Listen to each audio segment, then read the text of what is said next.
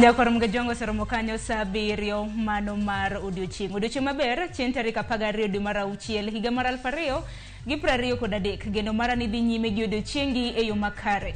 Machiegni e weche mago manyien mago mag Migago ka mokwongo wayud thor weche. Sama biro Homa Bay yot welo tourists joma nyalo biro mabiro neno gik mabeyo mani Homa Bay gibro biro e yo mayot ka ndege nitie. Mano bro kelo ohala ne jowa. Tend kaunti ma Homa Bay kod jopiny koro nigi geno chakruok kendo mar wuodh ndege mawuok Nairobi nyaka Kabunde dhi kelo dongruok ne oganda.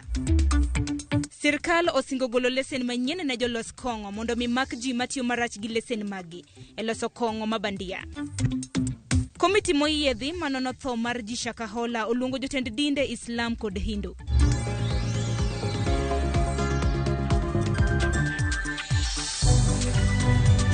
Nyakoro mgejuang bed kodo nyaka giko mar chenro makamaka paro nini nyalo oronwa otele magwa magote machoka rede ka uchiel nono mbui mar Facebook, YouTube iyudo wachiel kachiel mano Ramogi TV tudri koda mbui maga iyuda @Sharon Ongao machiegni nyinga Sharon Ongao.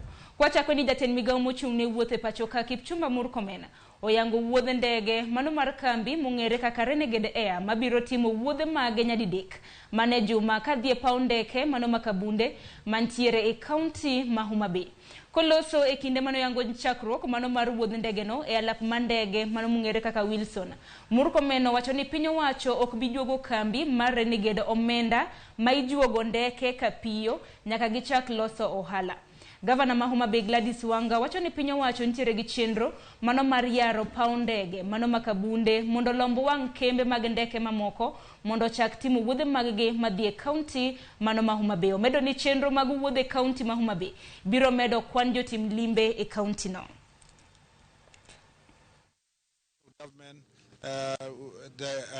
Pursuant to the directive given by His Excellency the President, particularly when we launched the route to Kakamega, is that we will extend the same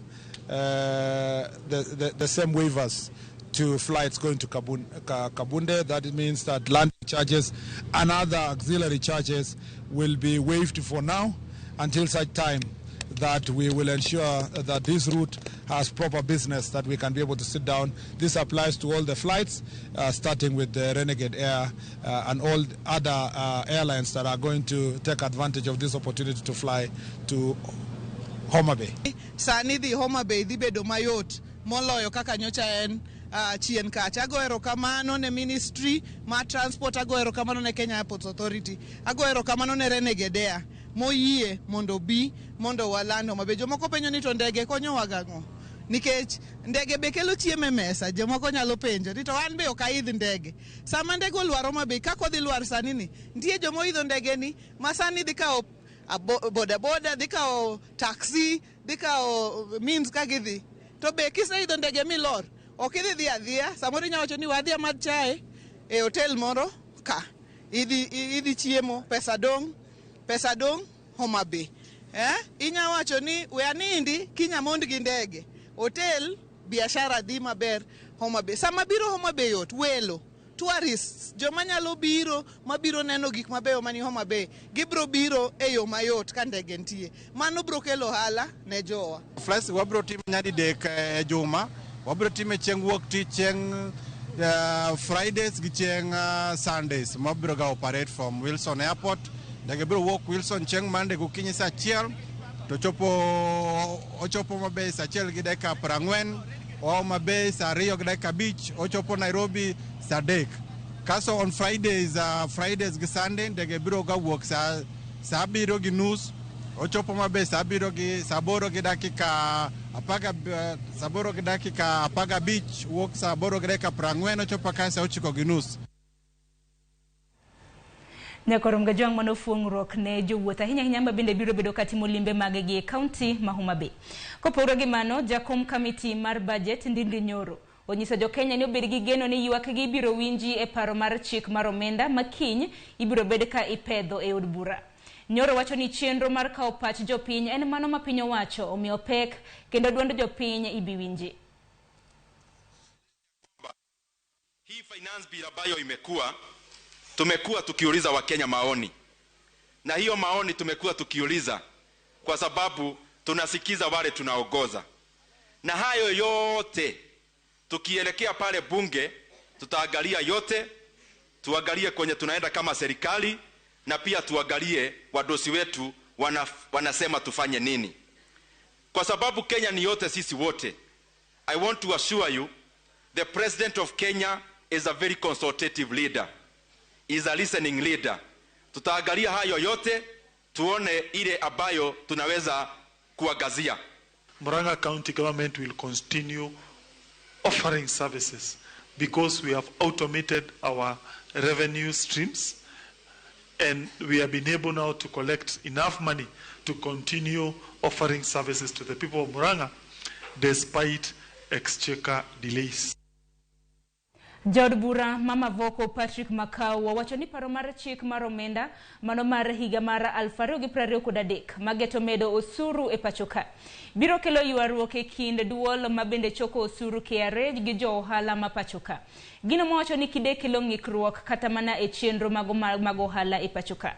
Makau menja lonya e weche mag omenda osebedo ka chiwo puonj e wi paro mar chikno ne Uganda jo Kenya kakoro osingo rem siro chikno e od bura e kinde ma jo od bura biro bedo gi thuolo mano mar goyo ombulu e wi parono.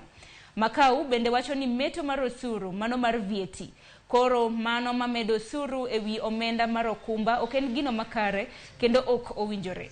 Jaod bura no wacho ni ochumi mar piny ok nyal ber kokalo kuom meto mar osuru. Jatelo ne wuoyo ABC Bomani e kaunti ma Machakos kama nokwayo jatend piny Kenya William Ruto mondo lok paro mar chikno. This tax is going to encourage witch hunting and is going to kill businesses. Kwa hivyo tunaambia rais, tafadhali uko na ideas ambazo unataka kuleta ama kuokota pesa through taxes. But the principle of economics says you cannot improve the lives of citizens of a country by overtaxing them. Tunasema hizi taxes ni mingi, tafadhali simamisha kwanza.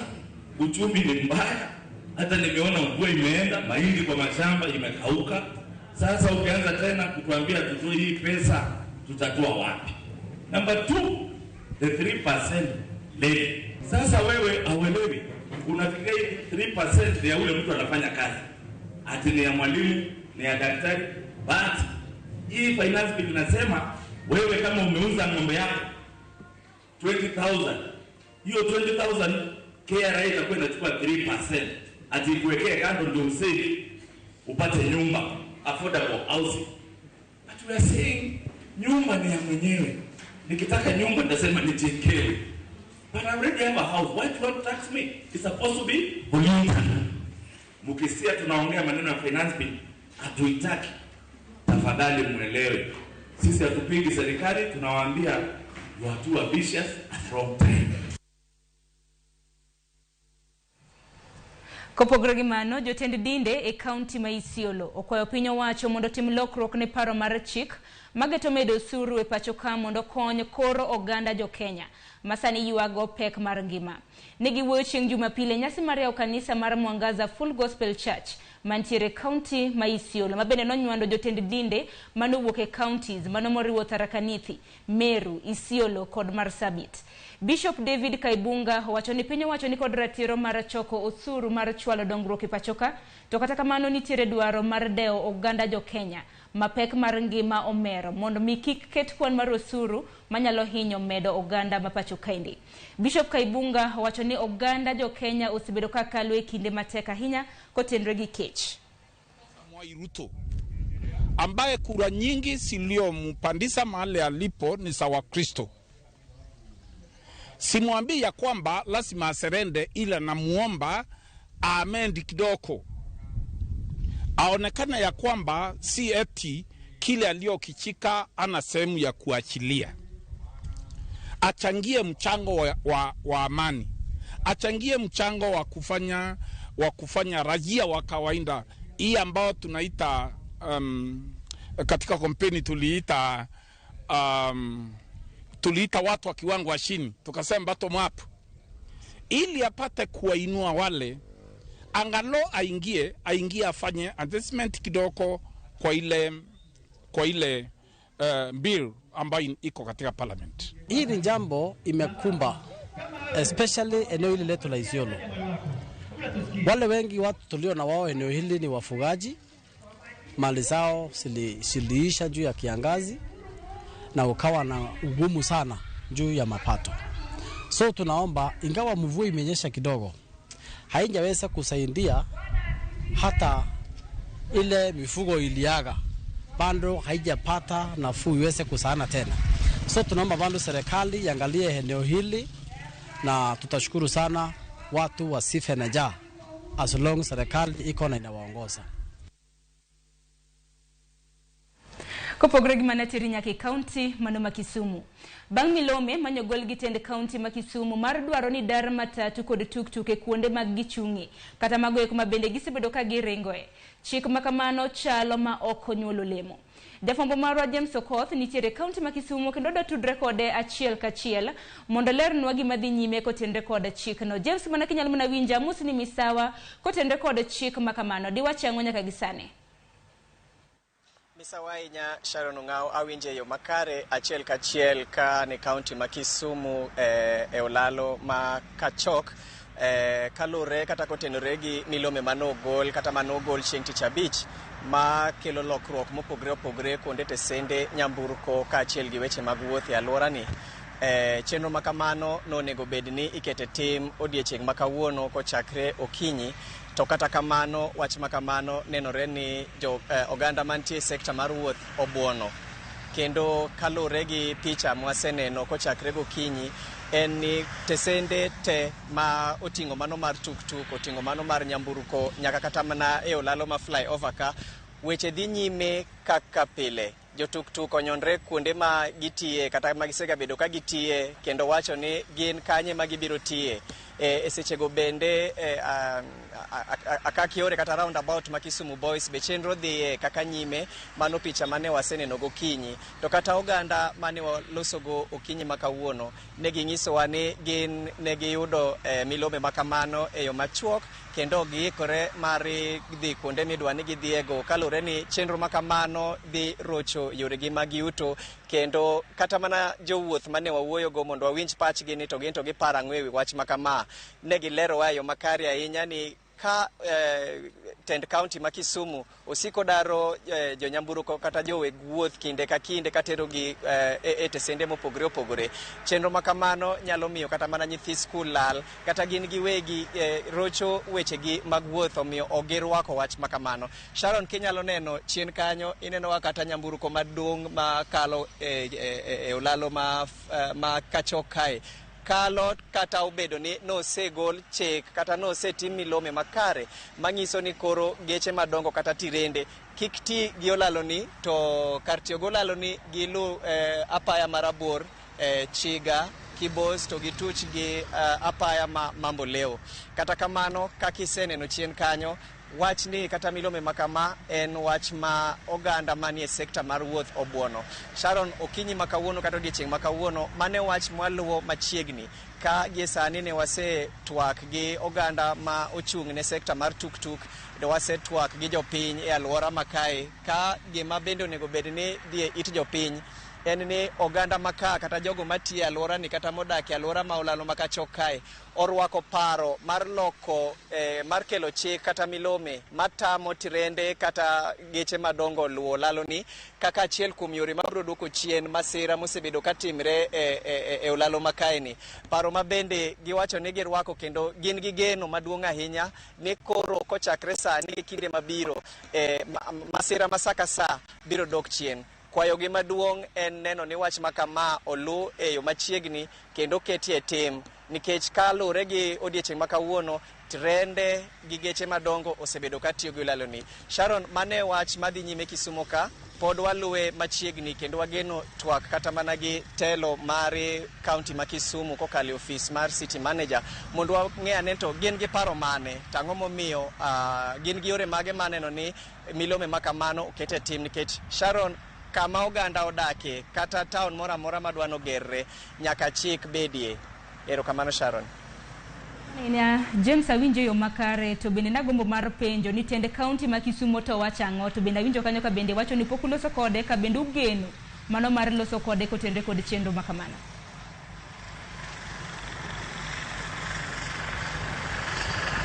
James akeni useywa tol ne tend kaunti ma Kisumu to bende gisingo kata mana mar nyiso ginero ma bende omiyo chenro makamano poko chako odiochieng' ma kawuono. Kane watwak gi moko kuom jokombe magi tesende mopogore opogore boma ma Kisumu ka, giwacho ni gisebedo ka giromo kuom kinde machien kanyo ka gitwake kuonde monego bed ni gichung'ie. Kata kamano yo pok onyisgi malong'o ni kanye hie monego bed ni gichung'ie, to ere kaka gibro yudo lokruok makamano moko kelo tungruok e yoregi mag tich. Thoth jokombe wacho ni kata obedo ni nitie paro mar daro gi kuonde ma gichung'ie, nyaka tend kaunti ng'i malong'o ni chenro mage mag ohala ok oyudo nyosruok e yo moro amora, kendo kata mana jogo mantie e sekta mar wuoth ok oyudo ng'ikruok moro amora e sekta mar wuoth.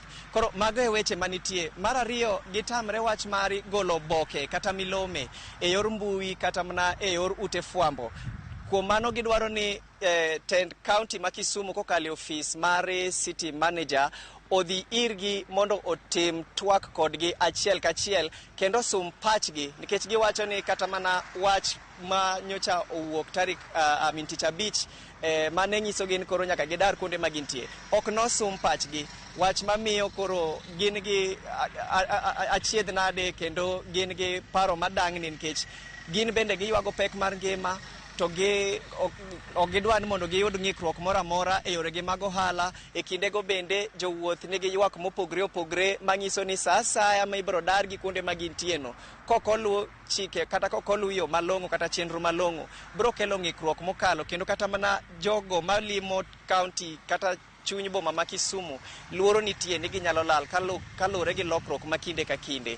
Koro gie sani gigo nyono kendo giwacho ni gibro bet kuonde ma gintie kendo gibro dhi mbele gitimo yoregi kata wechegi mag ohala motenore gi weche mag wuoth kuonde ma gintiego nyaka chop kinde ma apis mar city manager bro dhi irgi kendo tim twak kodgi achiel kachiel kendo sum pachgi mar neno ni to en yo manade kata yo manade makare ma inyalo tiyogo mar kelo lokruok makamago moko bedo gi gwandruok e kind kaunti to kodi jogo matie sekta mag wuoth. Sharon. Erokamano ahinya James Okoth, wawinji e yo makare. Nyakorom Gajwang' mano jafwambo marwa e kaunti ma Kisumu. James Okoth ma bende nachiwonwa report kotenre kod okang' mano mar daro geche mano e kaunti ma Kisumu chenro ma bende nowinjo chako odiochieng' ma kawuono, kata kamano ne ok otimore. Mano wach ma bende oluonwa obiro bedo komiyowa kuku mar wach makamano e weche magwa manyien e kinde mabiro. Kopogore gi mano, duolo makedo gi mibadhi EACC wacho ni atamalo 80 mago mag ripode mag mibadhi gin mamulo apisas machiwo rak kata tenda. Ka oloso e romo mar jokanyo e sekta mar chiwo orage, jalub jata tije ka EACC Abdul Mohamud okwedo paro mar timo lokruok ne pende chik matayo kaka winjore ka okang' mano mar chik ne jotim mibadhi e pachoka. I think within probably 2 weeks or 3 weeks, we shall have the first file ready, and but we don't want to go into the details of who is involved and what is involved, and we are basically looking at detailed investigations when it comes to CI, both in the previous administration and in the current administration. Saying says prevention is better than cure. Therefore, once we've understood what do investigators look for in this when they come to investigate procurement-related issues, then we are able to be more aligned, more engaged, but more importantly, be sensitive to those pitfalls that can befall our members during that process. Essentially, it's also part and parcel of saying, how can we ensure that the people that are involved in any part of that process, we call it supply chain for a reason. It's not just procurement. Supply chain is a holistic view about where the process starts, end-to-end view of supply chain, so that accountability is put at the right places in the supply chain, not just at procurement people. Nyakorom Gajwang' dakika en 20 tok saa 7 mar odiechieng' ina mar mondo miako yo mokwongo e chenro mano mag weche mag manyien mago mag migago. Adogi mathoth e okang' mar 2.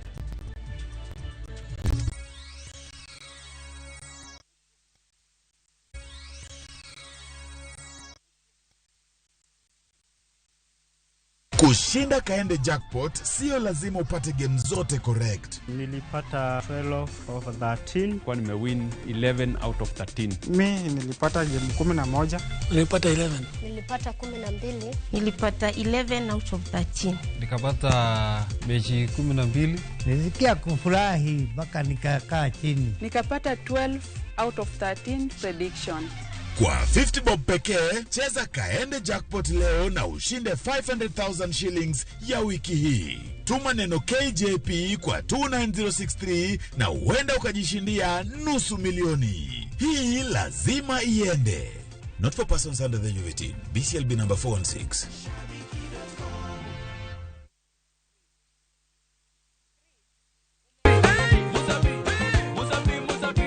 Semana chake na kuromoga jwang moto kama pasi yelo ngoni moto ebele. Dano mor kabisa fan page mar Ramogi TV dano ngeny kai kabisa. Kidonjo fu ma serious ikite ngoma owake.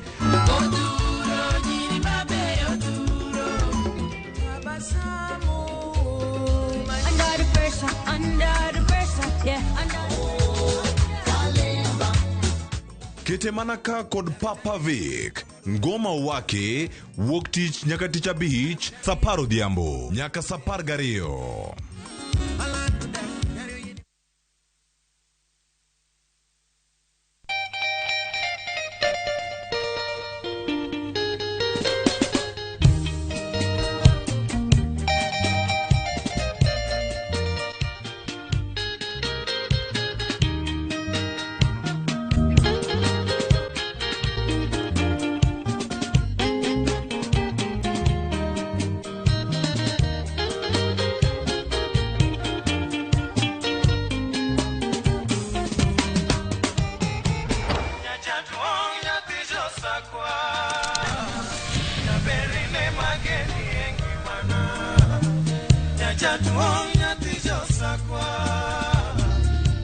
Radio Ramogi, Cartoon Jaluo.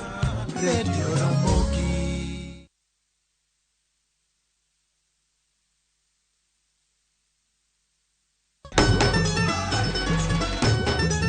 Ma en sigand hera. Bedo ng'at moher, pile pile abo bedo kod ero ng'ato.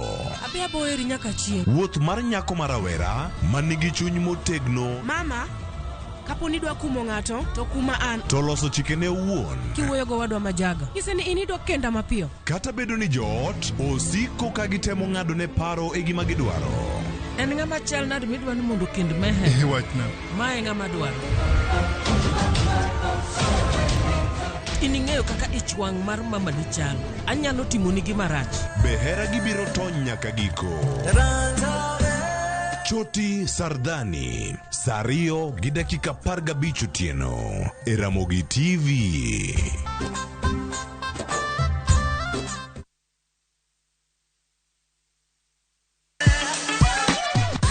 Dualo, ng'ado, wang'o, magi te gin yore mag tedo.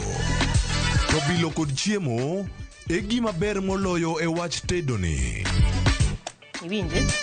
Iwinjo gima winjo kosi winje kende. Gitedo itime nyaka obed makare, gi suya kod ndhadhu mamit. Tedo gi chiemo gi jai lieta, tich adek ka tich adek, sari okinyi, mana e Ramogi TV.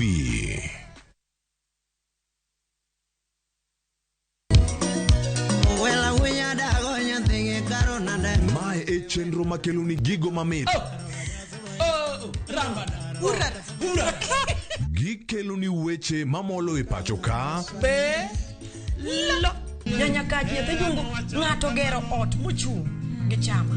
Gima wuok e pinje maoko. Itoni kia kato koro Paris. Gitwak mamulo rowere gi oganda duto. Mana kuom nyithindo ma neno masani. Winjane janyuol. Janyuol ngima ber ahinya. Timne ng'ato gima imbe kotimi. To ni winje maber. Yud danje maliet. Inyalo kwayo thum kidwaro ma kaka Talanta bro goni studio kaendi. Mane mbak ndalo chakre wuok tich nyaka tich abich saa 8 odiochieng'. Ibonuo chakre saa 7 otieno mane Ramogi TV.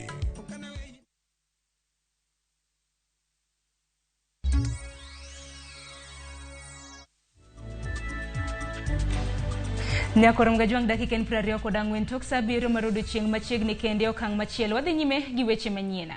Jalub jatend piny Kenya Rigathi Gachagua ogolo siem ne apisas mag arita kwe kod ruodhi mag gwenge mondo bed mabor gi weche mag mibadhi makoro owacho ni osebedo ka thiero kendo kedo kod ohand kuong' ma chike okoyie. Gachagua wacho ni piny owacho pod oketo maino e kedo kod math gi ohand kuong' miuso tok chik kod tiyo gi yedhe mamero ji. Nowuoye kinde romo mar kedo kod kuong' miuso tok chik e kaunti ma Tharaka Nithi. Romo mano yuore gi jotend Migago mano mar arita kwe Profesa Kithure Kindiki kama ne giwacho ni gibiro chiwo lesen manyien ne jous kuong' kaka yor kedo gi jogo mauso tok chik kendo chiwo arita ne jouso mauso kaluwore gi chike mapachoka. For a long time, we have tried in the past to deal with the cartels in the sector. They resist because they bribe government officials, and sometimes even government officials have been part of the businesses. They bribe leaders, including political leaders. They fund political campaigns, and because of that, they have got away with this matter for a long time. I am afraid to say, this time round, there is no escape route. These assistant chiefs and chiefs, there is nowhere that these things are brewed that they don't know. All this bangi that is sold, the station commanders know. In many instances, 90%, they are the ones who offer them protection and safe passage. That is the truth. Station commanders who are here, who are chief inspectors, I'm looking at you straight in the eye. Straight. You must make a decision today. As you live here, you must live here having made a decision on what you want. Nyakorom gajwang kowuok weche matimore masawa mar piny Kenya tiri nyaka weche matimore ka dho wadh nam chumbi. Jodak ma Shanzu obago ng'anyo ka giloro apaya maduong' mawuok Mombasa kochimo Malindi ka giywak ni otamgi e thuolo mag tich e kar gedo mano mar apayano ma osebedo ka dhi mbele. Kaluwore kod jodakgo, kwan maduong' mar jotich wuok oko mar kaunti ma Mombasa. Obila odonjore mondo ochung ng'anyono mano kelo dhung'ruok mago mag nyamburko kod ji.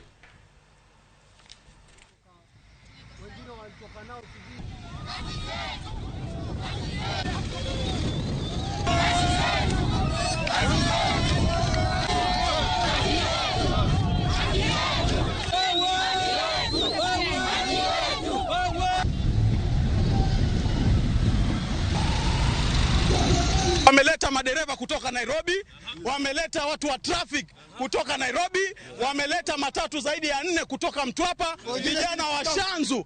Wakati hapa kuna stage za makanga, kuna madereva wanafaa wapewe hizo kazi. Kuna vijana wanajua kuendesha hizo tingatinga wanafaa wapewe hizo kazi, lakini wametuondolea kazi zetu, wamewapa vijana wengine. Wamama kama mimi pia hivi, kupanga tiles hata kama kufagia nashindwa.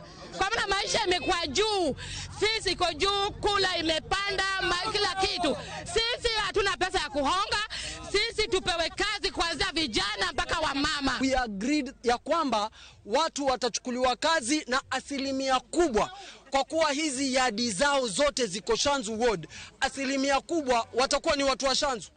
Lakini hivi ninavyokuambia, hapo tayari kuna wafanyikazi wengi na hata mtu wa Shanzu hata mmoja hakuna.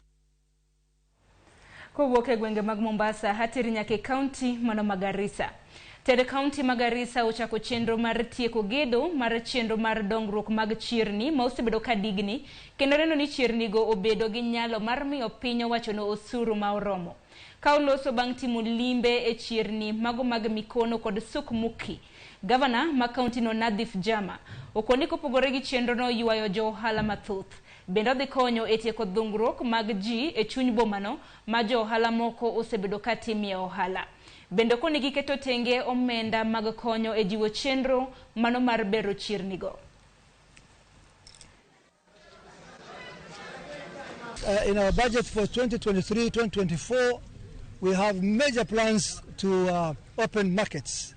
As you can see, only today in Garissa Township, we visited 3 uncompleted or unfunctioning markets, one of them being Kiwanjabure or Liban Market, as I had changed the name earlier. We also visited Mukono, what used to be former Mukono land. Also, we have a stall project there, which we will complete, refurbish properly, and also ensure it's going to work sooner than later. Kwa Garissa atiri nyake county ma Kiambu. Moko kuom josiasa mawuok e gwenge mag Kiambu koro dwaro mondo jotelo mawuok e county no oriwre kendo oti kanyakla kaka yo mano mar nyayo dongruok e county no. Josiasa go wacho ni en bedo achiel kendo tiyo kanyakla ema bende biro konyo ngima jodak e county ma Kiambu kendo medo yuto margi. Negi wuoyo e kanisa majokopere mar St. Peter's Quihota mantiere ward magatongora mantiere kar chung'od bura mar Ruiru. Kama jaod bura mar Ruiru Simon Kingara nwacho ni kinde ywaruok e yor siasa okalo kendo koro nyaka jotelo go chom wang'gi e yor nyayo dongruok ne jodak makono. Mabende nochiwo negi singo mag dongruok e kinde mag yiero mokalo. Gavana ma Kiambu Kimani Wamatangi oseyo josiasa mapodo keto siasa mbele kake weche mapogo Uganda e gwengego. Kakoro singo medo omenda maromo milioni 100 e agulu mar somo e basari no.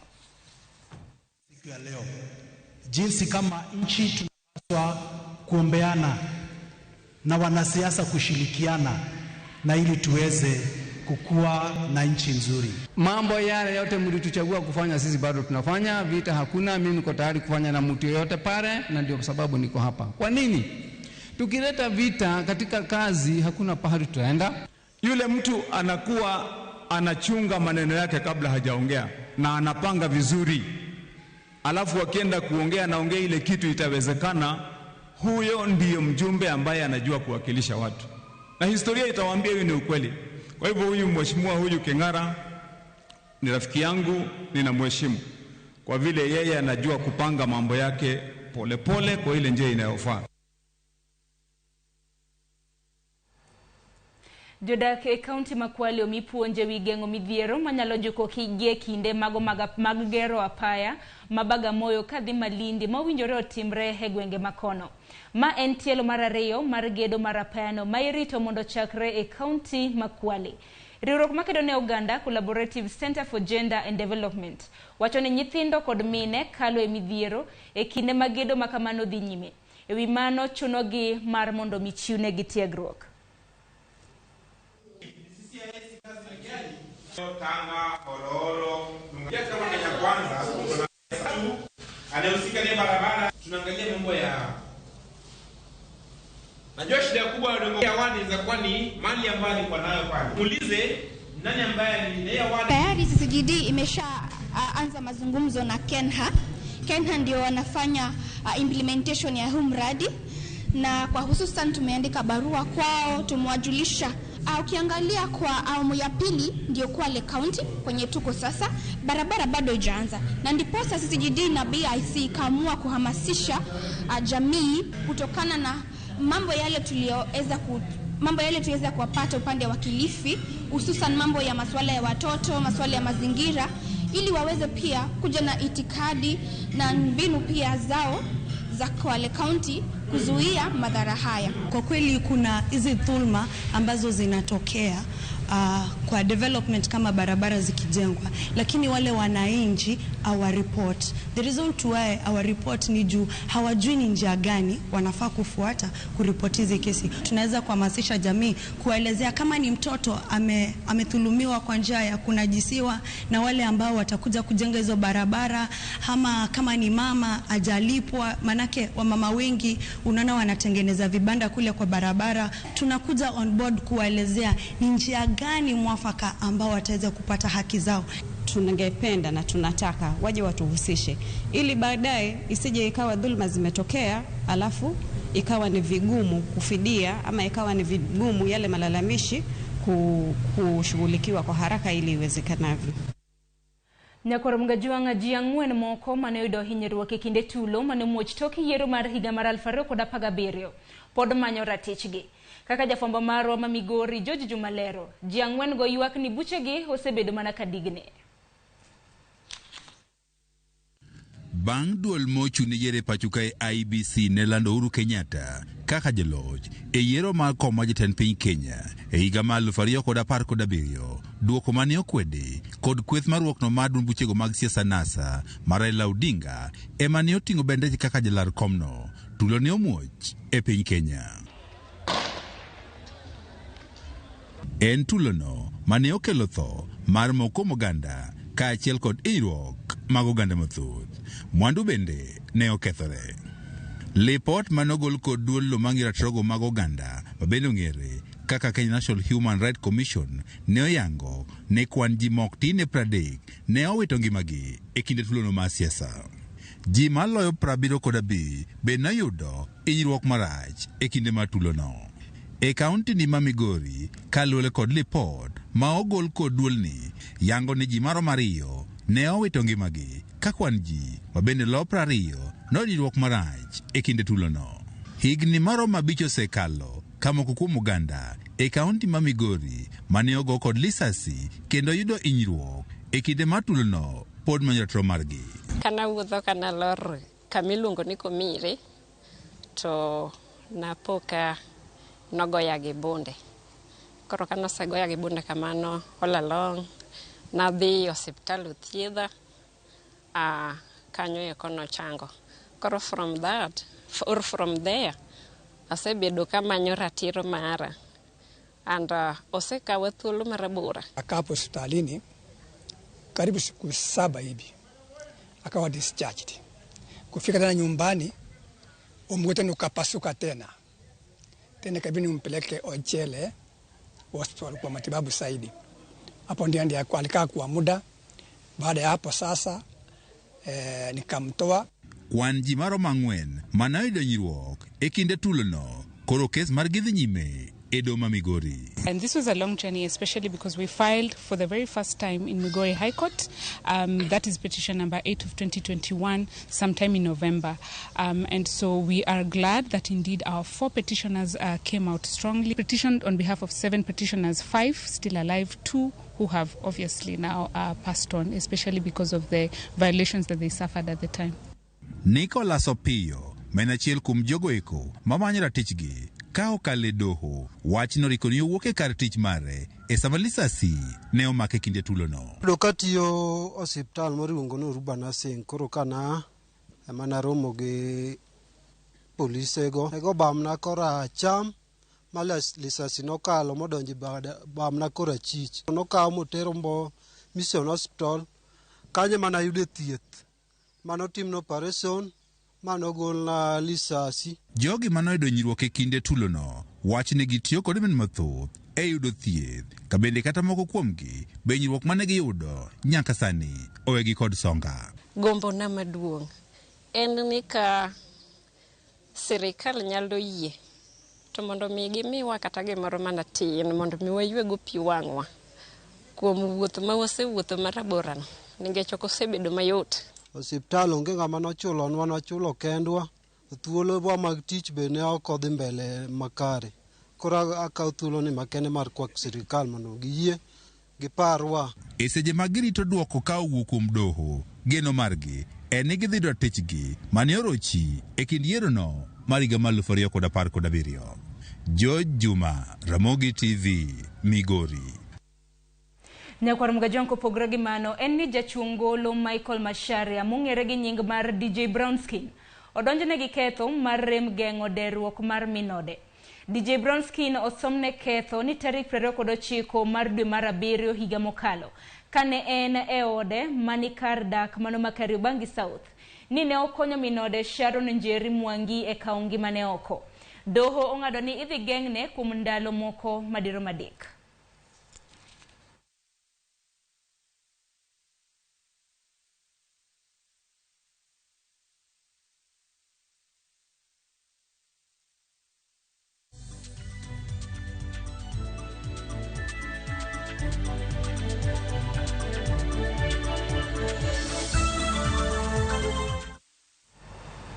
Kopogore gi mano, jod bura ma masawa mar Kenya osingo mar chwalo dwaro mar loko chike ma osetamo jopur yudo ohala kokalo e pur. Jakom komiti mar Senate marango weche mar pur marango weche mabende nitiere chike moko ma oketo obadho ne jopur kendo mono gidongore. Gilo ahinya ewi chike maloso ewi chenro mago mag pur e alwora mar bunge.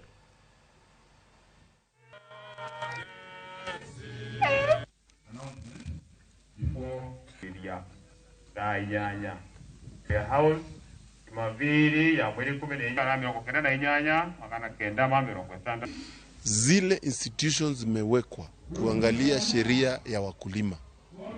Wacha zikuwe institutions za kutii sheria, ili kusikue na mtu yoyote ambaye anafikiria ameshika wakulima na hawezi fanya kitu. Tumeleta watu wote ambao wanahusika katika mambo ya kahawa, kuanzia waziri wa kilimo na watu wake, na tumesema kwamba mkulima lazima apate haki yake. Sheria ambazo zinakuja kutoka, kwa sababu kuna ile coffee bill ambayo tumeleta pale, lazima tuangalia kwamba mkulima atakuwa ni mwenye kahawa toka achune mpaka iuzwe. Nyakoro mgajwang dakika ni prangwen kwa dachiel tok sabiro maruduchi. Nasi nyisi motelo ni nyalo tudri kod wako kalela imagwa magote machok. Arede ka uchiele nono. Mbui mar Facebook gi YouTube duto te wantiere achiel kachiel. Iyudo wa Ramogi TV. Anno ka mko kuomu bende osedonje chenro Olali Kennedy wacho ni Ramogi TV ler intiere Ndori Asembo. Bendane no kanyo Benta Charles. Wacho ni neno achiel kachiel kuwuok Karen Buore Nairobi. Kiwacho ni in kaka nyar Homa Bay himora hinya gi ndege mokelnu Kabunde. Bendane no kanyo Joseph Opiyo iwacho ni nena chenro achiel kachiel kintiere e gwenge mago mag Ngong Buore Nairobi kaindi. Ote machiel mabenda biro bedo kasomo kapokwa ko yo matin en mar Joseph Opiyo iwacho ni no chenro achiel kachiel ching wuoda hero imeni wacho ni ntiere gwenge mag Naivasha iwacho ni koro wuoth yeyoma iwacho ni wanga tiyo to jopiny pamo lwetgi Yuvile Tieno imedane no ote mari ka bende wacho ni no chenro achiel kachiel kintiere go siepi mongere kaka Samson Okal wuod Kano kuntiere Ugwe School. Derek Okomo imedane no ote ni wacho ni Ramogi TV meet ni maratari ineno wa malera hinya kintiere e county Makirinyaga iwacho ni ntiere e boma Makergoya. Erokamana nyanya chenro pod dhi nyime gisana ka yo matin adogi mathoth bang' yo machuok.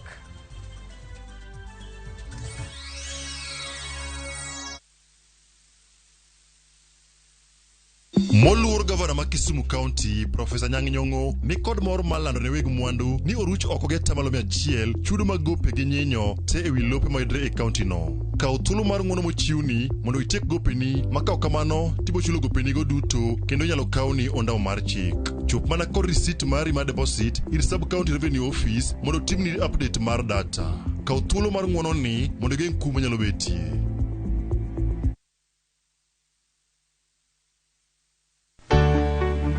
Mar maua, pidho jamni, magite gin yore mag pur. Be inyagori kod kute e puodho? Mchele nigi value addition. E pur gi ohala, walimo jopur ma opogore.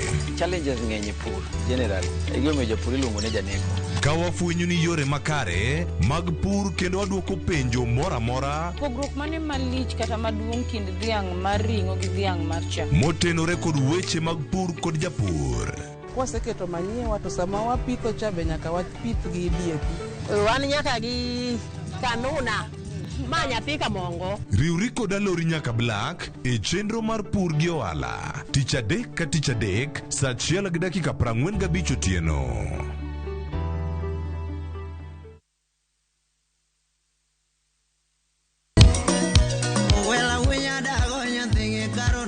Mae e chenro makelo ni gigo mamit. Ura. Gikelo ni weche mamolo e pacho ka. Nyanya kaji nyathi jungo ng'ato gero ot mochung' gi chama. Gima wuok e pinje maoko. Itoni kia kato koro Paris. Gi twak mamulo rowere gi oganda duto. Mana kuom nyithindo ma neno kasani. Winjane janyuol. Janyuol gima ber ahinya. Timne ng'ato gima imbe kotini to ni winje maber. Yudo danje maliet. Inyalo kwayo thum kidwaro ma kaka Talanta Brogoni studio kaendi. Mane mbak ndalo chakre wuok tich nyaka tich abich saa 8 odiechieng'. Ibonuo chakre saa 7 otieno mane Ramogi TV.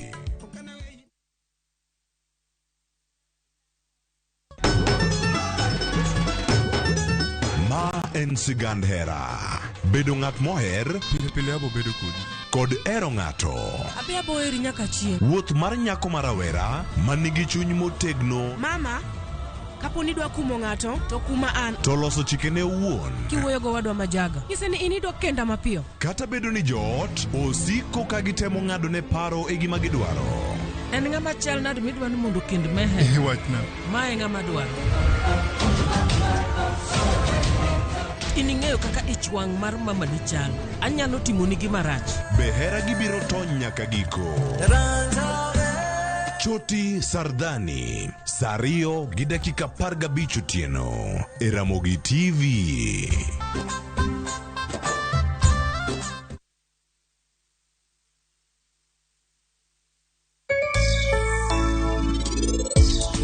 Machiegni jahera mar chenro mar penj laktar mataye chenro ni en Andruth Otieno kamora mora ma intiere kawa wacho ni ngima en mwandu.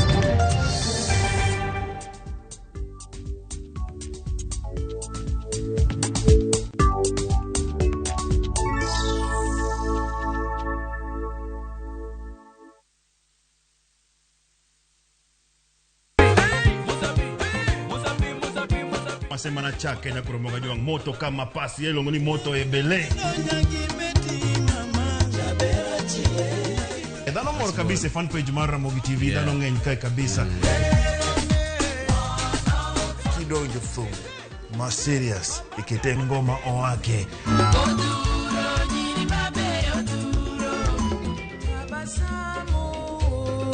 Under the pressure, yeah, Kete manaka kod Papa Vic. Ngoma wake wuok tich nyaka tich abich saa 10 odhiambo nyaka saa 12.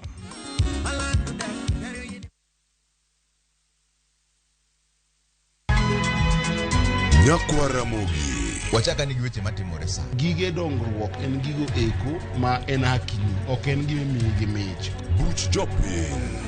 Adier gima dhi mbele sani Trevor dhano kech nego. Alo, bera inya ubi nade? Wadhi maber Musa, pinjari penyo mibni godo no mar senator. Tich adek ka tich adek, tudri gi jalendo Trevor Ombija jandingo panga jo nyakach dendo nombija taya nyakwar guok kocha pesa. Sadek otieno, mane Ramogi TV. Kik bai.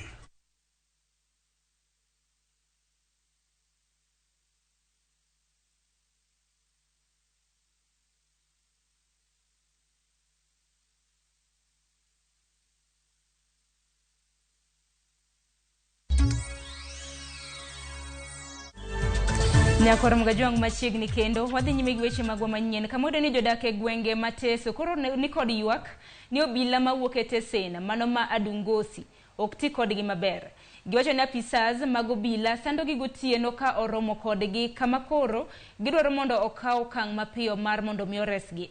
Jodak mag gwengego bende wacho ni obila duong'one gi dhoudi ma ok ginindi maber mane apedha ma osebed ka itimo ne jogo ma ichich godo ni uso kuong' ma ok opuodhi.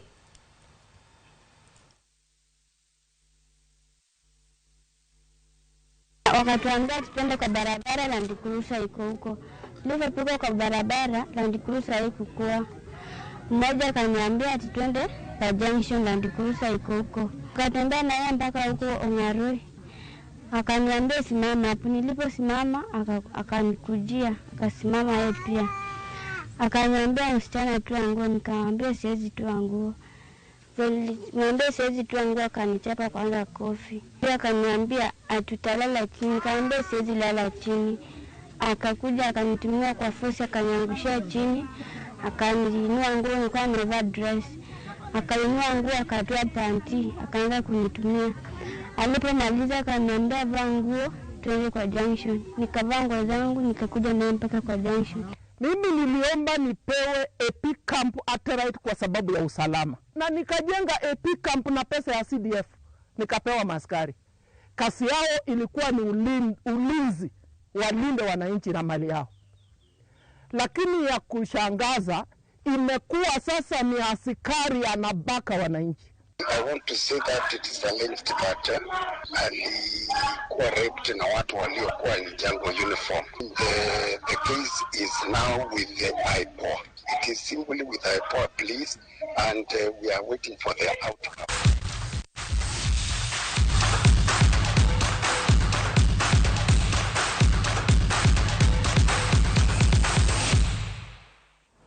Nejo hera mag tuke machiegni mesawa mar tuke. Benson Omala matugo ne klab mar Gor Mahia en achiel kuom jotugo manowuok e pacho ka okinyi mana piny rugodo duche makawuono. Ka gidhi e piny mar Mauritius kama tim mar Harambee Stars yuore tuke mago mag pinje ang'wena. Kocha mar Harambee Stars Engin Firat olero ni ma biro bedo thuolo maber ne jotugo matugo e lig ma pacho ka mar nyisore motelo ne yiero jotugo mabiro tugo tuke madongo. Firat nokwanyo jotugo 24 mabiro tugo gi tim mar Pakistan chieng' tich adek kapok girakore gi tim mar Mauritius chieng' Jumapil.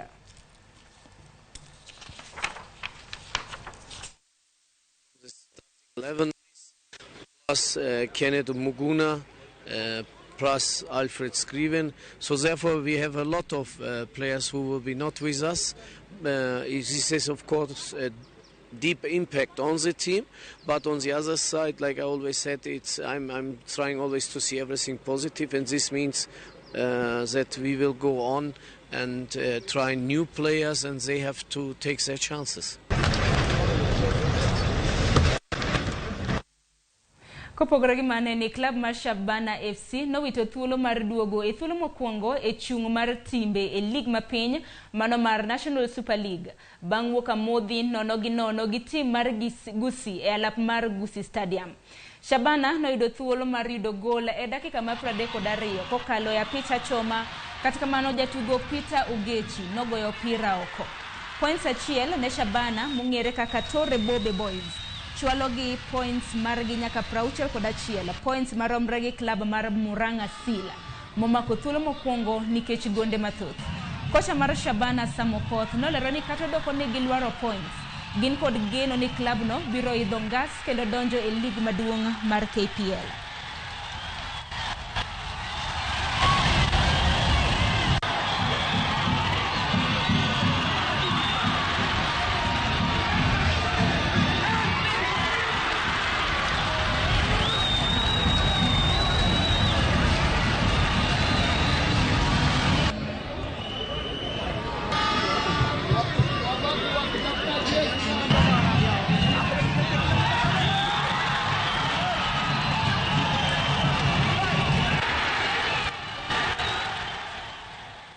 Kopogore gi mano, team mano mar rugby mar Strathmore Leos nobedo joloch tuke mag Embu Sevens bang' loyo team mar Menengai Cream points 26-0 e lap Manjukiri Showground e county ma Embu. Team mar Strathmore nochako tugo matek kendo yudo points mapiyo kokalo kuom jatugo Barnabas Uwuor. Mana bang' dakika machuok, Strathmore nomedo try mar 2 kokalo kuom jatugo Nigel Amaitsa mane otero jotugo e yueyo ka Leos ni mbele point 10-0. Victor Diambo nomedo Strathmore tries 2 kapok matoka yudo ne Strathmore conversion. Team mar Menengai Zuri notiege thuolo mar 3 bang' loyo team mar Monks points 19-12. Give credit to Strathmore. I think they played extremely well. They came with a hunger to play and win, and it showed throughout the 2 days. So for us, we'll take the lessons and take them into the series. This is a much improvement from what we did last year. That's why we managed to play Menengai Oilers in the finals. The score ended 19-12. Hitting them 26-0 and conceding only 3 tries in the whole tournament shows you that our defense system is working. It's something that we've worked for with the boys for the last 9 weeks. So I'm glad and happy that the hard work that they've put in through the 9 weeks has not gone to waste.